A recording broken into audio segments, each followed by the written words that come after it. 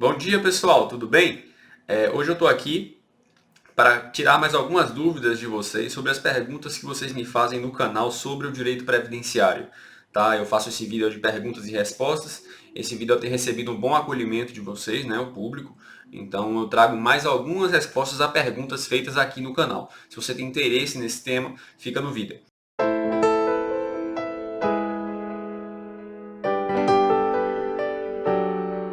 Gente, antes de qualquer coisa, eu me chamo Adelmo Dias Ribeiro, sou advogado. Gostaria de pedir nesse momento para que você se inscrevesse no canal, tá? Para que compartilhasse esse vídeo com sua família. Eu costumo dizer, jogue esse vídeo no grupo do WhatsApp, isso é muito importante para o nosso desenvolvimento aqui no YouTube, tá? E faça interação no canal, um comentário, uma curtida, uma inscrição, isso é muito importante também para nós aqui do canal do Adelmo Dias Ribeiro, tá? E sem mais delongas, vamos adentrar a temática do vídeo. Eu separei algumas perguntas e vou estar respondendo essas perguntas ao longo desse vídeo, tá? São perguntas feitas por vocês, né, no próprio canal. Eu espero estar ajudando dessa forma as dúvidas existentes. E vamos lá, né? Sem mais delongas, vou primeiro falar de uma pergunta feita aqui no canal sobre a dispensa de pente fino. Né? A gente sabe que no benefício de aposentadoria por invalidez concedido pelo INSS, existe aquela exigência legal de pente fino, que nada mais é do que uma revisão periódica das condições que levaram à concessão do benefício. Tá? E me fizeram a pergunta no canal, doutor, quando eu vou ser dispensado de fazer revisão no caso da aposentadoria por invalidez? Existe hoje, no ordenamento jurídico brasileiro, 3 hipóteses principais, né, acerca da dispensa do pente fino no caso da aposentadoria por invalidez. É importante deixar claro que essas regras se aplicam à aposentadoria por invalidez, não se aplicam ao auxílio-doença, porque o auxílio-doença, por natureza, ele é temporário e, evidentemente, vai sofrer revisão periódica. Então, eu estou falando aqui, gente, da aposentadoria por invalidez. Existem 3 hipóteses no ordenamento jurídico pátrio que dispensam a revisão periódica desse benefício. Quais são essas hipóteses, né? A primeira delas é a hipótese do segurado que já conta com mais de 60 anos de idade. Tá? Se você tem mais de 60 anos de idade, você não vai precisar mais fazer a revisão, o pente fino, na sua aposentadoria por invalidez. Esse é o primeiro caso. Tá? Um segundo caso é o caso do beneficiário, do segurado do INSS, que já tem 55 anos e recebe há pelo menos 15 anos a aposentadoria por invalidez ou auxílio-doença. Veja, a norma não fala de forma ininterrupta, né? Então, assim, pode ser intercalado, sim, com períodos de trabalho, desde que exista uma relação, né, no meu entendimento, com a mesma doença. Né? Se você tem doenças diferentes, eu já não sei se seria cabível essa hipótese. Tá? Então, a segunda hipótese é o caso da pessoa que tem 55 anos de idade e já tem 15 anos de fruição de aposentadoria por invalidez ou de auxílio-doença. Tá? E existe uma terceira hipótese prevista no ordenamento jurídico brasileiro, né, do portador do vírus da AIDS. Se você consegue uma aposentadoria por invalidez por conta do HIV, essa aposentadoria não pode ser revista, né, por meio de pente fino do INSS. Então, pronto, a gente elencou aqui as 3 hipóteses previstas na legislação, mas eu gostaria também de chamar a atenção para uma situação que não está prevista na legislação, mas que também tem bastante incidência, que é o caso da aposentadoria por invalidez concedida judicialmente. A aposentadoria por invalidez concedida judicialmente só pode ser revista por ordem judicial. Se você não tem a ordem judicial, você não pode cessar, o INSS não pode cessar a sua aposentadoria que foi concedida por ordem judicial. Né? E existe jurisprudência do STJ nesse sentido, vou até estar deixando aqui ao longo do vídeo, e, portanto, não é possível você, INSS, cessar essas aposentadorias. E a gente vem lidando com casos justamente desse tipo de situação, de cessação de aposentadoria por invalidez concedida judicialmente, o que é arbitrário, o que é ilegal, tá, pessoal? E a segunda pergunta, interessante.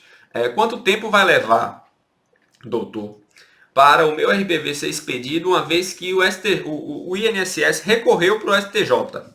Né? E é uma situação interessante, porque, de regra, os recursos para o STF e para o STJ têm efeito apenas de rediscutir questões jurídicas, eles não impedem a execução do julgado.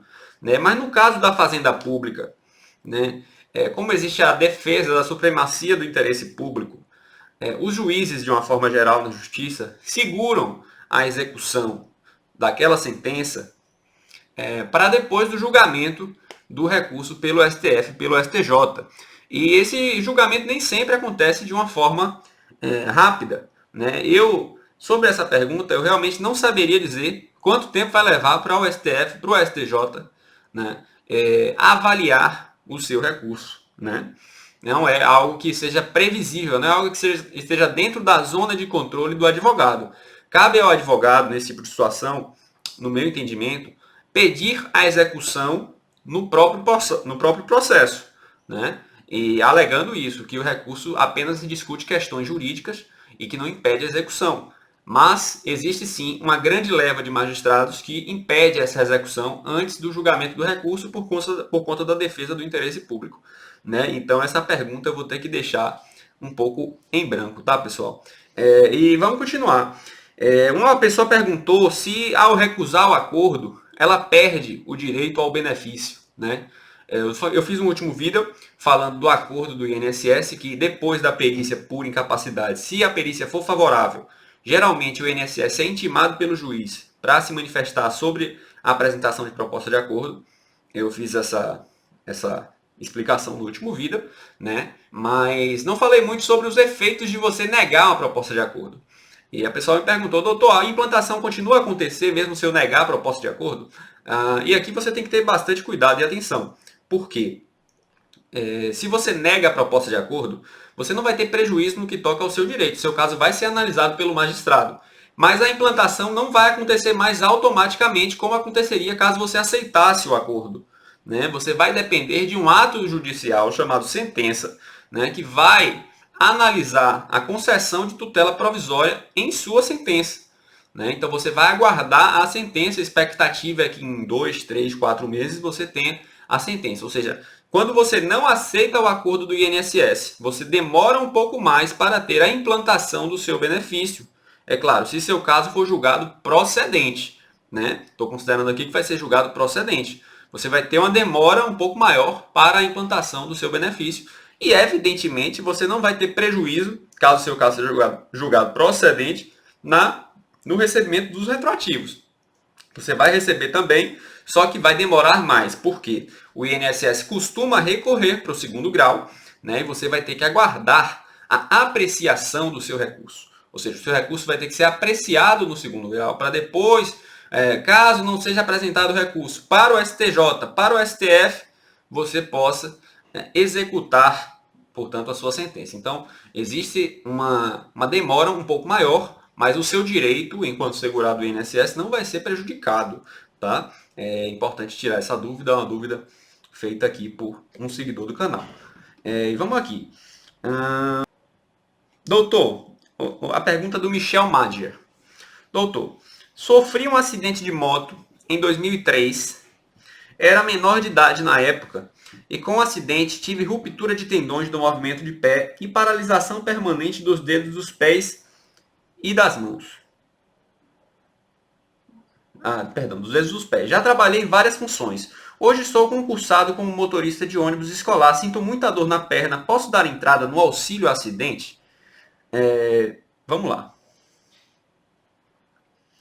Uma questão aqui. Esse comentário foi feito no vídeo da tese milionária do auxílio acidente. Eu fiz um vídeo tratando de uma tese milionária, que é quando você recebe o auxílio doença, né, e posteriormente você não tem a conversão do auxílio doença em auxílio acidente. E o tempo passa e você pode posteriormente pedir os retroativos. Auxílio acidente, pessoal, é um benefício previdenciário devido a quem tem redução permanente de sua capacidade laborativa, tá bom?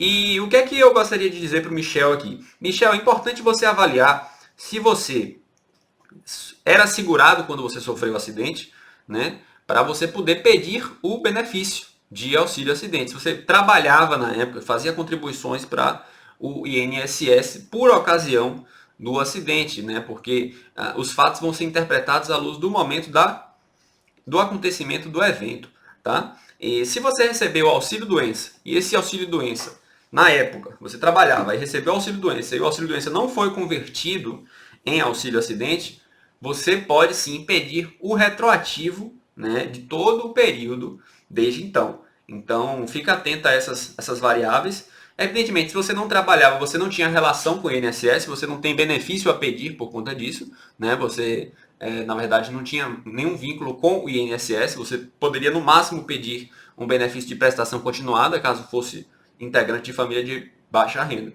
tá? Mas você tem que avaliar essa questão, que não está esclarecida no comentário. Você trabalhava na época, já efetuava a contribuição para o INSS, teve afastamento por auxílio-doença, e se teve, o auxílio-doença foi convertido em auxílio-acidente, porque se não foi, você tem direito a perseguir judicialmente os retroativos. Entendeu? Doutor, apareceu expedido levantamento de alvará. Já posso sacar? Nelson. Nelson, o levantamento do alvará já é o próprio saque. Tá? O alvará é expedido e o alvará é levantado. Né? Se consta no seu processo que o alvará foi expedido e se consta no seu processo que o alvará foi levantado, né, certifica evidentemente essa informação com o seu advogado, mas assim, no meu entendimento do ponto de vista jurídico, sem tecer nenhum comentário sobre um caso específico, eu entendo que o alvará já foi levantado, né, se há essa informação de levantamento. Né? Agora, se, por exemplo, a movimentação for disponível para levantamento, a situação já muda um pouco. Você está diante aí de uma disponibilização. Você não está diante de um alvará que já foi levantado. Então, é bom interpretar com cuidado cada movimentação processual, porque elas nos dizem muito. Né? E, às vezes, a ordem das palavras muda o significado, né, das coisas. Oi, doutor, bom dia. Minha mãe já aposentou por ordem da justiça e retroativo já foi julgado e aprovado. Já faz 9 meses e o advogado diz que o processo ainda não foi pago. O que fazer? Leandro Oliveira. Olha, Leandro, demora mesmo, não é uma coisa rapidinha o pagamento. Tá? Converse com seu advogado sobre essa questão do pagamento, busque uma explicação dele sobre como funciona esse pagamento, como é que está a tramitação do seu processo na justiça, porque como eu venho falando aqui no canal, venho reiterando, venho explicando diversas vezes, a justiça brasileira apresenta variações. Né? Você tem lugares do Brasil que os processos tramitam de forma rápida, você tem outros lugares que os processos não tramitam de forma tão rápida. Então você tem que ter paciência, né, com as diferentes morosidades, digamos assim, do Poder Judiciário Nacional.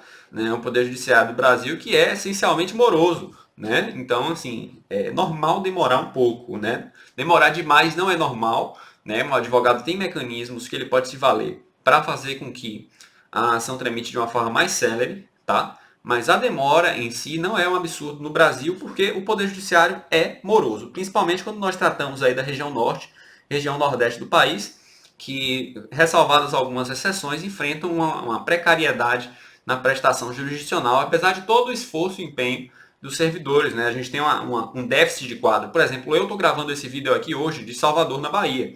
Né? E eu tenho processos em Florianópolis, em Santa Catarina, e assim, posso dizer para vocês que a tramitação que existe aqui é uma, a tramitação que existe lá é outra. Então, assim, até a dinâmica de trabalho tem que mudar, porque aqui o processo demora muito mais, lá o processo é muito mais rápido, entendeu? Então, seja paciente com seu advogado, porque tudo vai se resolver, tá bom? Quero saber, Wilson, se com 60 anos ou mais pode ser convocado pelo pente fino da aposentadoria por incapacidade permanente, né? A antiga aposentadoria por invalidez. Wilson, eu já falei dessa pergunta, né? Não pode. A partir de 60 você não pode mais ser chamado e a partir de 55, se você tiver mais de 15 anos de aposentadoria ou auxílio-doença, você também não pode ser convocado, né? Então, já esclareci a dúvida no canal. Eu espero que eu tenha ajudado. Pode me explicar? Estou com um processo na Justiça Federal. Tivemos audiência agora. Está concluído para a sentença desde abril. 10 de abril. Mas está demorando muito.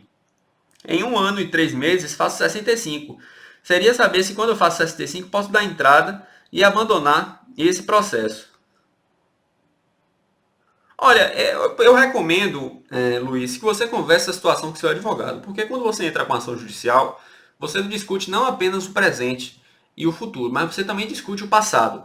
Então, esse processo, apesar de ele estar demorando, ele pode lhe trazer algum benefício no que toca os retroativos. Então, busque orientação com o seu advogado sobre essa questão da demora no processo e também sobre a questão dos retroativos que estão sendo discutidos e quais os prejuízos que você pode enfrentar caso você opte por uma outra aposentadoria. Tá? Assim, não tome decisões sem consultar o seu advogado, porque os advogados estudam e eles estão preparados para orientar vocês acerca dos temas, né, técnicos de sua atividade laborativa. E é isso, pessoal. Espero que eu tenha ajudado vocês. Foi um grande prazer conversar com vocês. Eu reitero o meu pedido para que você se inscreva no canal, curta o vídeo. Isso é extremamente importante para a gente aqui no YouTube, tá? Um grande abraço. Fiquem com Deus e até a próxima. Tchau, tchau.